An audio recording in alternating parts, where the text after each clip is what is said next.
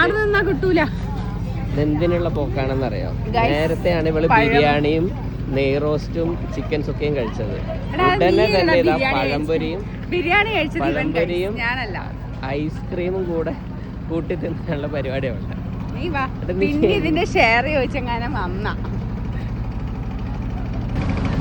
എന്നോട് നിന്റെ ക്രൈം പാർട്ട്ണറെ വിളിക്കേ. കളി വാടാ.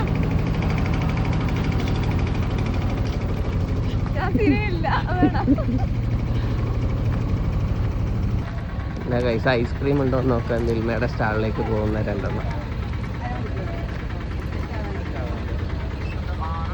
ഇല്ലല്ലോ ഇല്ലല്ലോ. ഐസ്ക്രീം നോക്കി പോകുമ്പോ അത് സെറ്റ് ആവുന്നേ ഉള്ളൂ. എന്നിട്ട് എന്നിട്ട് നാണം കെട്ടി ഇറങ്ങി വരുന്ന രണ്ടാൾക്കാരെ നിങ്ങൾ കണ്ട. മതി, തേഞ്ഞല്ലോ. ഓടി